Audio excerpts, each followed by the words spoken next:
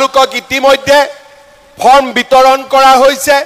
ৰাভা হাছঙত ইলেকশ্যনৰ কাৰণে আমি অলপ পিছ পৰি আছো ইলেকশ্যন পাৰ হৈ যোৱাৰ পিছতেই আমাৰ দুধনৈ পশ্চিম গোৱালপাৰা পূব গোৱালপাৰা সমষ্টিত আমি 40,000 পৰিয়ালক সৰ্বমুঠ 1,20,000 পৰিয়ালক আমি অৰুণোদয় আঁচনি দিয়াৰ কাম আমি হাতত ল'ম আমাৰ ঘৰত যদি কোনোবাই জিঅ' টেগিং নকৰে আমি নিজে গৈ নিজৰ জিঅ' টেগিং কৰিব পাৰিম ইমান সুবিধা আগত কেতিয়াও কোনো চৰকাৰে ৰাইজৰ কাৰণে দিয়া নাছিল যে 20,000 25,000 টকা আমি ঘোষ দিব লাগে এইবাৰ আমি কি কৰিছো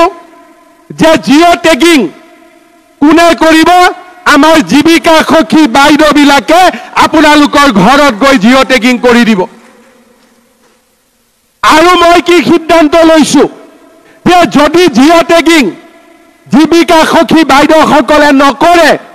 আমি নিজৰ জিঅ' টেগিং নিজেই কৰি পেলাই চৰকাৰক আমি জমা দিব পাৰিম আমি ৰাভা হাছঙত ইলেকশ্যনৰ কাৰণে জিঅ' টেগিং আৰম্ভ কৰা নাই কিন্তু